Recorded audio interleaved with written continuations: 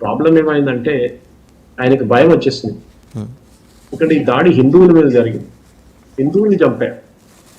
ఇప్పుడు ఏమైపోతుందంటే రేపు ఓవైసీ ఎక్కడైనా తిరిగితే ఆయనకి ఎవరైనా రోడ్డు మీద కూడా ఆయన కొట్టచ్చు, అంత కోపం ఉంది హిందువుల్లో. ఎందుకంటే ఇది లేనిపోయినప్పుడు అది ఎక్కువ మాట్లాడిన అంటాడు కదా, ఇవాళ చూడండి మొత్తం మారిపోయింది, టోనే మారిపోయింది. ఎందుకంటే భయం వచ్చేసింది. హిందువులందరూ కుమ్మక్కై ఇప్పుడు వచ్చి హిందువులందరూ కలిసి రేపు మమ్మల్ని ఏమైనా చేయవచ్చా అని ఒక భయం వచ్చేసింది. అదొక మేజర్ ఫ్యాక్టర్. ఎవరినో వచ్చి అందాదున్ ఫైరింగ్ చేసి చాలా మంది చనిపోయారు అంటే దాంట్లో ముస్లింలు ఉంటారు, హిందువులు ఉంటారు, క్రిస్టియన్స్ ఉంటారు, అందరూ. ఇది అట్లా కాదు కదా, పిలిచి పేరు అడిగి ఐడి కార్డు చూసి ప్యాంట్ ఇప్పేసి దాని తర్వాత చంపారు. కల్మ చదవమన్నారు డౌట్ ఉంది. సో న్యాచురల్లీ ఓవైసీకి భయం వచ్చేసింది, హిందువులు అగ్రెసివ్ అయిపోతారు. మోదీ గారు ఏం చేస్తారో చెప్పలేము.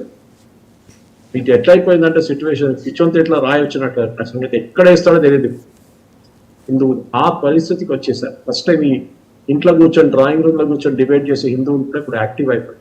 రేపు వాళ్ళు కూడా ఇట్టే పరిస్థితిలో ఉంటుంటారు. దాకా వాళ్ళు ఏమనుకున్నారంటే మాకేం కాదని, మాకు ఎవరు ముట్టరు, మమ్మల్ని ఏం చేయరు, అందరు పీస్ఫుల్ గా ఉన్నారు కదా కమ్యూనిటీ, తెచ్చిపోయింది వాళ్ళకి. మీది కూడా ఒక రోజు మీ టైం వస్తుంది, ఆ రోజు మిమ్మల్ని వేసుకుంటారు. సో భయం ఉంది ఇప్పుడు హిందువులకు, అదే భయం ముస్లిమ్స్కి వచ్చింది. అదే ఓవైసీలో బాడీ లాంగ్వేజ్ చూడండి, ఓవైసీ లేకుంటే ఎట్లా మాట్లాడతారు మన అందరికి తెలుసు. ఇప్పుడు రోడ్డు మీద దిగితే హిందువులు తిడతారు, ఎయిర్పోర్ట్ లో కలిస్తే హిందువులు తిడతారు, ఫ్లైట్ లోపల కూడా మిమ్మల్ని తిట్టొచ్చు. మీరు జై ప్యాలెస్టైన్ అని చెప్పి మీరు ఓత్ ఆఫ్ ఆఫీస్ తీసుకున్నారు, యుఎస్ కి మీ వీసా క్యాన్సిల్ అయిపోతుంది, డిప్లొమాటిక్ వీసా, మీకు వీసా ఉండదు, ట్రంప్ రానియడు, మీరు ఇదే you will be marked out. అది ప్రాబ్లం. రేపు బాయ్కాట్ పెట్టారనుకోండి, boycott all shop belonging to one religion, ఏం చేస్తారంటే జరిగింది ఇంటర్ ముందు కూడా. అప్పుడు ఏం చేస్తారు, దుకాణాలు అన్నీ బంద్ అయిపోతాయి. కాశ్మీర్లో ఉన్న వాళ్ళకు కూడా తెలుసు. ఇప్పుడు నేను కాశ్మీర్లో ఒక ఆర్మీ ఆఫీసర్ మాట్లాడిన మా ఫ్రెండ్ ఒక వీడియో పంపించున్నాను, దాని టెక్స్ట్ పంపించాను వీడియో. అంటే వాళ్ళు అంటున్నారు అక్కడ సోల్జర్స్ వెళ్ళినప్పుడు వీళ్ళేం చెప్పారంటే ఒక గుర్రం తీసుకుని పోనీ వాళ్ళు వీళ్ళు హెల్ప్ చేస్తారు, వాళ్ళు అది చేస్తారు కాదంట, వాళ్ళు పక్కన నిలబడి నవ్వుతున్నారంట. మనకు స్టోరీ ఇచ్చిందంటే వీళ్ళు హెల్ప్ చేశారు, వాళ్ళని తీసుకెళ్లారు, చోటుకు తీసుకెళ్లారు, సేఫ్గా ఏం చేయలేదంట. సో కథలు అన్ని బిల్డప్ చేసుకుంటారు వాస్తవంగా, కానీ జరగాల్సింది మోదీ గారు చేస్తారు. మన అందరు కలిసి ఆయన మీద ప్రెషర్ పెట్టక్కర్లేదు. ఈజ్ ప్రైమ్ మినిస్టర్, ఆయన ఏం చేయాలని ఆయనకు తెలుసు, చాలా క్లియర్గా తెలుసు, చేయాల్సింది చేస్తారు కూడా, దాంట్లో డౌట్. రైట్. అంటే సురేష్ కొచ్చెట్ల గారు, ఒకసారి ఏప్రిల్ 17వ తేదీన army Pakistan army chief general Munir ఏం మాట్లాడారు ఒకసారి చూద్దామండి. అంతదాకా ఒక టోన్ అండ్ టెనర్ ఉంది, తర్వాత మారింది. ఆ రోజు స్పెసిఫిక్గా మాట్లాడింది ఒకసారి చూడండి సార్. कहानी अपने बच्चों को जो है आपने जरूर सुनानी है ताकि वो पाकिस्तान की कहानी ना भूलें. Well, our forefathers they thought that we are different from the Hindus in every possible aspect of life. Our religion is different, our customs are different, our traditions are different, our thoughts are different, our ambitions are different.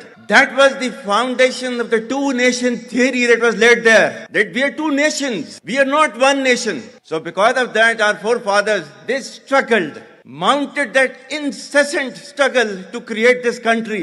Our forefathers, they have sacrificed immensely, and we have sacrificed a lot for the creation of this country. And we know how to defend it. My dear brothers and sisters and sons and daughters, please don't forget the story of Pakistan.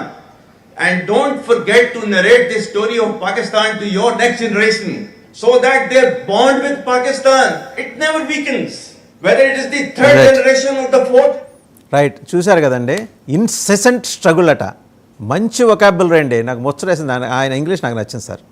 ఏమైతానండి ఆయన England లో చదువుతారు కదా, incessant struggle. ఎవరి కోసం incessant struggle చేశారండి? పక్క దేశంలో bomb దాడులు చేయడానికి, పక్క దేశంలో వాళ్ళ ప్రాణాలు తీయడానికి ఇన్సెసెంట్ స్ట్రగుల్ చేశాడా? అండ్ నెక్స్ట్ జనరేషన్స్కి పాకిస్తాన్ చరిత్ర తెలియాలట. ఇంత దుర్మార్గమైన చరిత్ర పాకిస్తాన్కి ఉందని నెక్స్ట్ జనరేషన్ కూడా చదువుకోవాలా? దానికోసం పాకిస్తాన్ లేదు కదా, చదువుకున్న వాళ్ళందరూ బయటకు వెళ్ళిపోయారు. వీళ్ళందరికీ లండన్ లో ఇల్లు ఉంటుంది. Every army general and Pakistan 4-star లెవెల్కి రాగానే వాళ్ళకి లండన్లో పెద్దగా ఇల్లు తీసుకుంటారు, కొనుక్కుంటారు, మంచి బ్యాంక్ బ్యాలెన్స్, అక్కడే ఉంటారు రిటైర్ అయినారు. Pakistan failed state. పాకిస్తాన్ ఒక ఐడియాలజీ. పాకిస్తాన్ ఒక రాష్ట్రం కాదు. Pakistan is an ideology. అది చెప్పారు కదా, himself said that. Two nation theory గురించి మాట్లాడారు. మన దగ్గర ఏమో వీళ్ళేమంటారు, కాదు కాదు Pakistan is a friendly country. కాదు, is very clearly said it. Sorry, Hindus are Hindus. ఇక్కడ ఉన్న ముస్లిమ్స్ గురించి అసలు మాట్లాడలేదు ఆయన. మీరందరూ వేస్ట్ ఫెలోస్ అని చెప్తున్నారు ముస్లిమ్స్ గురించి. పాకిస్తాన్ ఉన్న ముస్లిమ్స్ అంటున్నారు. ఆలోచించండి. సో ఇక్కడ ఉన్న కూడా అర్థం చేసుకోవాలి. అమన్కి ఆశ అది ఇదని చేసి మీరు చాలా డ్రామాలు చేస్తారు కదా మన దగ్గర మీడియా వాళ్ళు కొంతమంది.